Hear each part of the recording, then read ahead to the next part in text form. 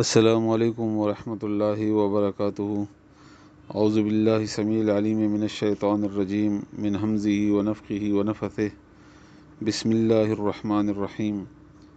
رب اشرح لی صدری ویسر لی امری واحلل عقدۃ من لسانی یفقهوا قولی سبحانک لا علم لنا الا ما علمتنا انک انت العلیم الحکیم انشاءاللہ نن به سورۃ توبه آیت نمبر 1 وایو دنه رستنی په دو آیتونو کې الله تعالی خبر وکړه چې آیا تاسو خبر نه دي چې الله توبه قبلون کې ده د خپل بندگانو نه او اخلي صدقې او الله تعالی توبه قبلون کې مهربان ده او رسول الله صلی الله علیه وسلم تعالی فرمایي چې دې ته وایي چې عمل وکړي نږدې ده چې تاسو عمل به الله او الله رسول او مؤمنانو ګوري بیا به تاسو الله ته واپس شي چې هغه پوهه ده په غیب او په ښکارو باندې او بیا به تاسو ته خبرداري درکړي په هغه اعمالو چې تاسو کول اوس الله تعالی په دې آیت نمبر 106 کې 106 کې الله تعالی د زن نورو مخلص مسلمانانو ذکر کوي جهاد نه پاتې شوي دوه قسمه خلک وو یو منافقینو چې هغه براتلل په دروغو قسمونه به خوړل او دروغو بهانه به کولې یو مخلص مسلمانانو چې هغه د سستی د وجه نه پاتې شوي وو د لس کسانو په دې لسو کې و هغه کسانو چې هغه جمعات کې پستنو پورې ځانونه وتړل او بیا ویلي چې تر څو پورې چې مونږ رسول الله صلی الله علیه وسلم په خپل آزاد کړی نه یو امر پورې مونږ تړلی یو دلته نو دا و کسانو درې کسان پاتې وو هغه درې بارې کو دی آیات کې الله تعالی خبره کوي الله فرمایي واخرون او زن نور مرجون پر خودلی شوی دی لامر الله د الله حکم ته اما يعذبهم یا خو الله تعالی غیت عذاب ورکی و اما يتوب عليهم یا الله تعالی توبه قبول کی دا غی مهربانی به پیو کی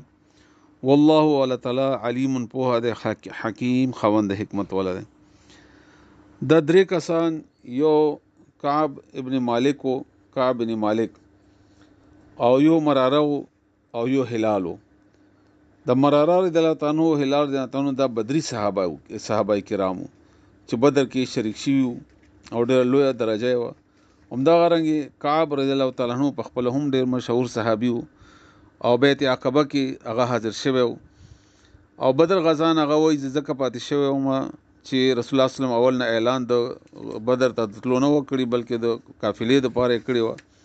نو په دی وجه پاتې شوی ما بهر خپل کیسه کوي کعب رضی الله تعالی عنہ چې سخت ګرمي و نور کوله بچ رسول الله صلی الله علیه وسلم چرته جهاد ته بتلون زیب نه خودو دا ور رسول الله صلی الله علیه وسلم واضحت سره اظهار وکړو چې تبوک طرف ته زو او رومیانو سره جګړه دا مضبوط قوت ته تیاری وکړي نو مام تیاری شروع کړو دومې سورلیانې تیاری کې خو په وس کې ومه طاقت مې وس مې او بازار ته بتلم تیاری به مې کولو خوشیان ورنه پاتې کېدل د تلو د پاره بهر ال داسې ورو چې رسول الله صلی الله علیه وسلم روان شو چې کله دا قافله روان شو 1.5 کسانو نو زه په دغه ورځ تیار نو ما عزت سبب زور په سلاټ چې ما رسیدې شم سورلې می خاده سبب بیا نه سستی وشوله او روان نشم ور سره بیا مې زه سبب لاړ شم دغه څه کېدل چې ورځ رانه تیر شو رسول الله صلی الله علیه وسلم تبوک ته ورسېدو نو الته سما پختنه وکړه نو چا ویل چې هغه منافق ته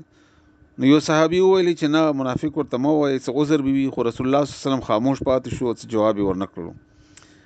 هیڅ جواب ورنکړو بهر حال زه په کور کې ډېر پریشان وم مشورې به ما غستلې چې رسول الله صلی الله علیه وسلم د بڅو وایم تر دې چې رسول الله صلی الله علیه وسلم د تبوک نه واپس راغلو او جمعات کې کېناستو او منافقان براتل او عذرونه به د دروغ بیانول قسمونه به خړل او رسول الله صلی الله علیه وسلم معاف کول نو کعب بن مالک رضی الله تعالی عنہ وایي چې زه سیده مسجد ته رانه وتم او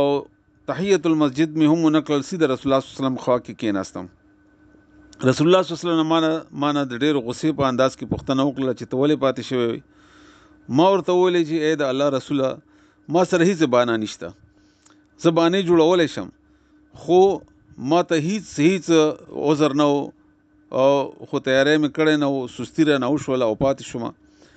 نو رسول الله صلی الله علیه وسلم ما ته وویلې چې پاڅه ستا معامله وروستو پاتې کړې شوې ده تر هغه وخته پورې به تا ته فیصله نه کېږي تر څو چې الله تعالی ستا باره کې فیصله کړې نه وي نو الله خوښه ده که تا معاف کوي او که عذاب درکوي څنګه چې د آیت کې الله تعالی وفرمایل او دا ډېر سخت آیات دی چې اما آیا الله تعالی عذاب ورکوي او که کوي اما يعذبهم دا ډېره سخت خبره ده الله تعالی داسې حال نه موږ وساتي.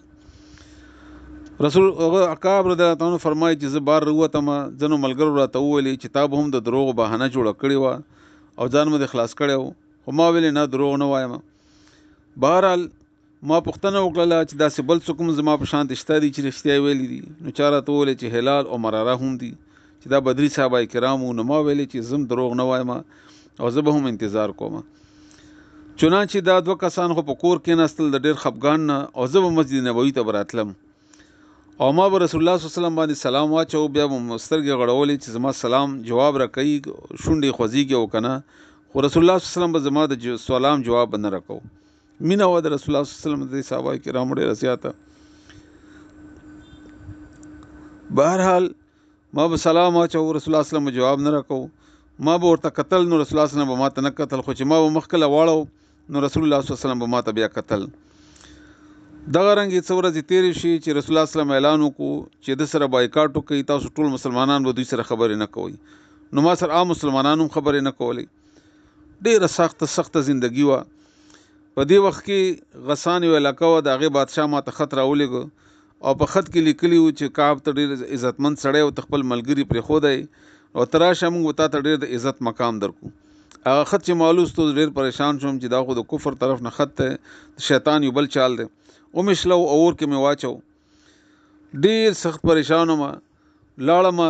د قداده باغ ته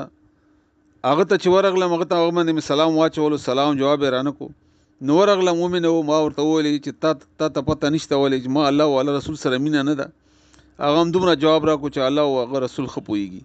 خو موږ منع کړي شوي یو تا سره خبرو کولو نه. بیا حکم راغی چې ښځو نه هم بیله شئ او طلاق مه ورکوئ خو ښځو نه بیله شئ. نو پلار کرې ولېږئ.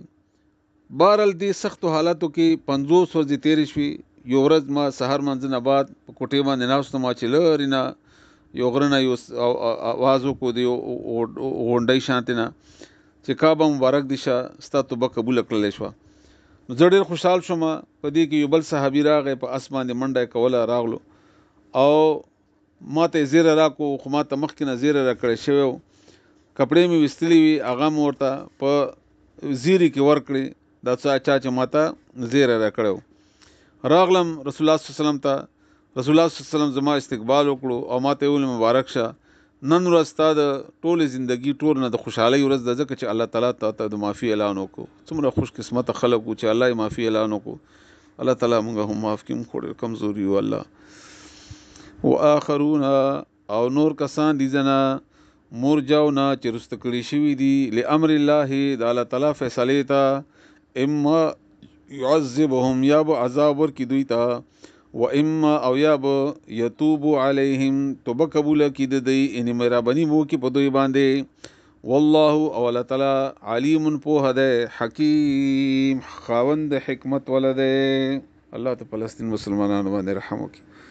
الله د فلسطین د سختیانې ته په دې مسلمانانو باندې کمې کړي. الله تعالی د دې شهادتونه قبول کړي. الله اسرائیل او امریکا ته تباه او برباد کړي. د دې ملګري ته تباه او برباد کړي. الله تعالی ته په دې باندې داسې کاڼي راوورې لکه څنګه چې د لوط علیه السلام قوم باندې راغلي. ته کمزوری نه یې الله تعالی مونږ کمزوري یو. الله تعالی ته غیرتي ذات یې. الله دوی باندې رحم وکړي. آمین ثم آمین آمین.